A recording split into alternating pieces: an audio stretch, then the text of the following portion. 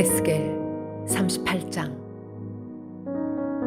여호와의 말씀이 내게 임하여 이르시되, 인자야, 너는 마곡 땅에 있는 로스와 메섹과 두발 왕 곧 고게게로 얼굴을 향하고 그에게 예언하여 이르기를, 주 여호와께서 이같이 말씀하시기를, 로스와 메섹과 두발 왕 고가, 내가 너를 대적하여 너를 돌이켜 갈고리로 내 아가리를 꿰고 너와 말과 기마병 곧 내 온 군대를 끌어내되 완전한 갑옷을 입고 큰 방패와 작은 방패를 가지며 칼을 잡은 큰 무리와 그들과 함께한 방패와 투구를 갖춘 바사와 구스와 붓과 고멜과 그 모든 떼와 북쪽 끝에 도갈마 족속과 그 모든 떼 곧 많은 백성의 무리를 너와 함께 끌어내리라. 너는 스스로 예비하되 너와 내게 모인 무리들이 다 스스로 예비하고 너는 그들의 우두머리가 될지어다. 여러 날 후 곧 말년에 내가 명령을 받고 그 땅 곧 오래 황폐하였던 이스라엘 산에 이르리니, 그 땅 백성은 칼을 벗어나서 여러 나라에서 모여 들어오며 이방에서 나와 다 평안히 거주하는 중이라. 내가 올라오되 너와 내 모든 떼와 너와 함께한 많은 백성이 광풍같이 이르고 구름같이 땅을 덮으리라. 주 여호와께서 이같이 말씀하셨느니라. 그날에 내 마음에서 여러 가지 생각이 나서 악한 꾀를 내어 말하기를, 내가 평원의 고을들로 올라가리라. 성벽도 없고 문이나 빗장이 없어도 염려 없이 다 평안히 거주하는 백성에게 나아가서 물건을 겁탈하며 노력하리라 하고, 내 손을 들어서 황폐하였다가 지금 사람이 거주하는 땅과 여러 나라에서 모여서 짐승과 재물을 얻고 세상 중앙에 거주하는 백성을 치고자 할 때에 스바와 드단과 다시스의 상인과 그 부자들이 내게 이르기를, 내가 탈취하러 왔느냐?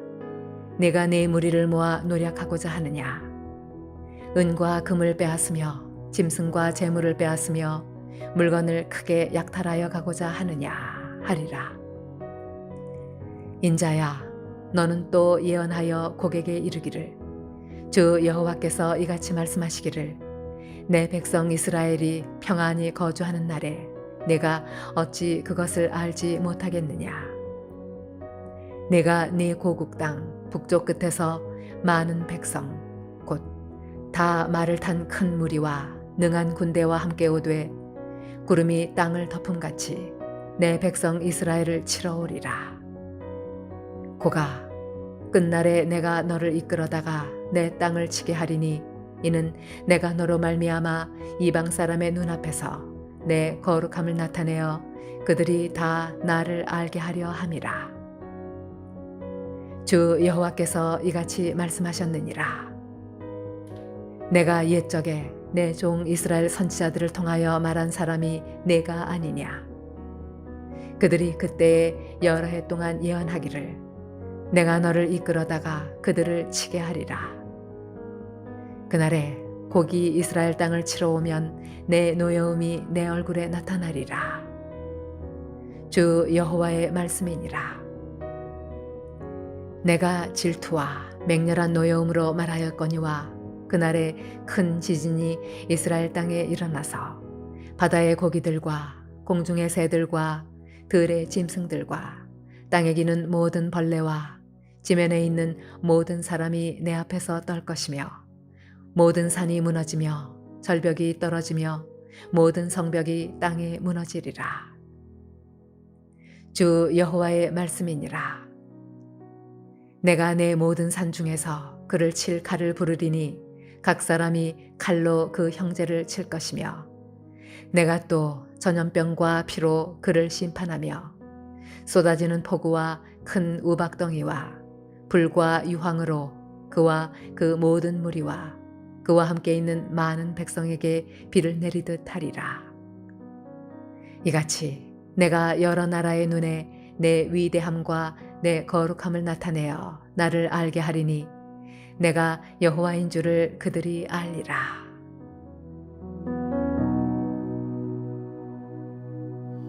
할렐루야. 오늘도 하나님께서 주신 은혜를 힘입어 하루를 승리하는 저와 여러분 되시길 주님의 이름으로 축원합니다. 오늘 함께 나누실 하나님 말씀은 에스겔 38장 10절에서 16절 말씀입니다. 에스겔 33장에서 37장까지는 이스라엘 백성의 회복을 말씀하고 있었다면 38장과 39장은 이 세상 끝날 하나님의 백성의 최후 원수인 고개 침략과 멸망 및 백성의 영원한 회복의 약속을 말씀해주고 있습니다. 37장에서는 마른 뼈의 환상을 통해서 마치 죽은 것과 같았던 이스라엘이 하나님의 군대로서 힘차게 다시 살아날 것을 보여주고 있고, 또 함께 남북으로 분열되었던 북이스라엘과 남유다가 온전히 연합해서 진정한 하나의 하나님 나라가 되는 것을 통해서 이 마지막 때에 있을 하나님 나라 백성의 진정한 회복을 보여주고 있었습니다.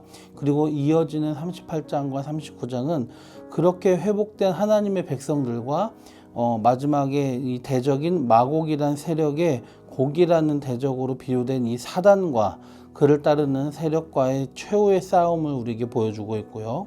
그 전쟁에서 하나님의 백성이 마지막 최후의 승리를 얻게 될 것을 보여주고 있는 말씀입니다. 특별히 오늘 38장 본문 말씀에서는 이 본문의 곡으로 표현되어 있는 대적, 곧 사탄이 하나님의 백성을 영적 전쟁의 공격 목표로 삼고 쳐들어올 것을 말씀해 주고 있습니다. 본문은 종말에 있을 최후의 전쟁을 묘사하지만 실로 사탄은 이미 계속 하나님의 백성을 개인이든 공동체든 계속 타겟으로 삼고 공격해서 무너뜨리고 있다는 사실을 우리 잊어서는 안 됩니다. 최후에 있을 전쟁이라고 해서 지금은 하나님의 백성을 공격하지 않고 지금은 사탄이 우리의 대적이 아니다, 이런 아니한 생각을 하면 안 된다는 얘기입니다. 사탄은 하나님 안에서 성도들이 누리고 있는 참된 평화 안식을 깨뜨리기 위해서 앞장을 섭니다. 오늘 본문 11절에 보면 곡은 평원의 고을로 올라가 평안히 거주하는 백성들을 공격한다고 말씀하고 있습니다. 이 본문에 나오는 이 평안히 거주하는 백성들은 곧 하나님의 백성, 주님의 성도들을 말하고 있는 것입니다. 또 10절에도 보면 그들은 하나님의 백성을 어떻게든 괴롭히고 공격해서 그들의 평안을 깨뜨리고 멸망하게 하려고 악한 꾀와 생각으로 가득한 존재라고 말씀하고 있습니다. 그렇기 때문에 우리는 오늘 본문 말씀을 통해서 첫째로는 평안할 때도 방심하지 말고 깨어 있어야 한다는 것을 깨달아야 됩니다. 오늘날 사단의 공격은 과거 구약의 이스라엘 시대처럼 어떤 군대를 통한 전쟁으로 괴롭히기보단 다른 전략을 사용합니다. 우리의 평소 일상 가운데 여러 가지 문제로 근심과 걱정과 두려움에 빠지기도 하고요. 또 교묘한 유혹으로 죄를 짓게 하고, 또 일상의 바쁨으로 하나님을 잊게 만들고, 또 세속화된 생각을 가지게 하고요. 성도라 이름하지만 실상은 무신론자, 곧 하나님이 안 계신 것처럼 살아가게도 만듭니다. 또 평안한 삶에서 그 평안함을 누리기에 바빠서 하나님을 잊게도 만듭니다. 그렇기 때문에 이렇게 함으로 성도로 하여금 점차적으로 하나님을 멀리하게 하고 떠나게 만들어가는 거죠. 그런데 특별히 오늘 본문에는 평안이 있는 자들을 공격한다고 했습니다. 여기서 제가 말씀드리고 있고 이 본문 말씀이 말하는 평안함이란 정말로 방심하고 있는 상태를 말하는 것입니다. 방심하고 있는 상태. 하지만 우리가 절대 방심하지 말아야 된다고 이렇게 보여주고 있는 거죠. 베드로전서 5장 8절에도 근신하라 깨어라 너희 대적 마귀가 우는 사자같이 두루 다니며 삼킬 자를 찾나니라고 경고하신 말씀을 우리는 기억해야 됩니다. 두 번째는 오늘 본문 말씀의 교훈은 영적 무장을 해야 된다는 것입니다. 오늘 본문 4절과 5절에 보면 하나님의 백성을 대적하는 이 곡과 그 세력의 무장 상태가 아주 잘 나타나 있는데요. 그들은 큰 무리를 이루었다고 하고요. 또한 말과 기마병과 완전한 갑옷, 크고 작은 방패들, 칼과 투구 등으로 잘 무장하였다고 보여주고 있습니다. 이처럼 잘 무장한 그리고 큰 무리의 군대가 하나님의 백성을 침공해서 이기려고 만반의 준비를 하고 있다는 것을 우리에게 보여주고 있는 거죠. 이것을 보면 참으로 악의 세력이 정말 잘 무장하고 있구나, 잘 준비하고 있구나라는 생각이 들 것입니다. 물론 이들은 아무리 무장이 잘 돼 있고 강하다 하더라도 전능하시고 의로우신 하나님의 개입하심으로 결국은 패망할 군대들인 것은 사실입니다. 그런데 중요한 것은 이것입니다. 그렇다고 해서 그들이 노리고 있는 우리가 아무 생각도 아무 준비도 없이 그저 하나님이 알아서 하시겠지라고 손 놓고 있어서야 되겠습니까?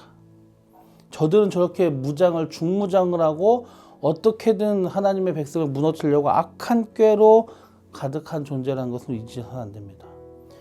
우리는 우리의 대장 되신 그리스도께서 깃발 들고 앞장서실 때 뒤에서 팔짱 끼고 아유 예수님 어떻게 잘하고 계신가? 어우 잘 싸우시네 화이팅! 이러고 있는 존재가 아니란 것입니다. 우리는 하나님 나라의 군대로 부름받아 세워진 사람들이라는 것을 잊지 말아야 됩니다. 디모데전서 2장 2절에 보면 우리는 그리스도의 좋은 군사로 부름을 받았다라고 되어 있습니다. 또 디모데전서 6장 12절에는 우리가 믿음의 선한 싸움을 싸우기에 부름받았다고 말씀하고 있습니다. 그리스도의 좋은 군사고요. 믿음의 선한 싸움을 위해서 부름받았습니다. 나는 싸움과 상관없어요. 싸움 싫어요. 이럴 계제가 아니란 얘기입니다. 그렇기 때문에 우리는 주님의 군대로서의 본분을 깨달아야 되고요. 또 우리의 삶이 영적 전쟁터라는 것을 깨달아야 되고 우리를 공격하려는 악한 강한 세력이 정말로 잘 무장하고 있고 기회를 호시탐탐 노리고 있다는 것을 경계하며 우리 역시 강한 무장을 해야 됩니다. 빈손으로 있어서는 안 됩니다. 손 놓고 있어서는 안 됩니다. 에베소서 6장 13절에 그래서 그러므로 하나님의 전신갑주를 취하라고 말씀하고 있습니다. 왜 그래야 되냐? 이는 악한 날에 너희가 능히 대적하고 모든 일을 행한 후에 서기 위함이라.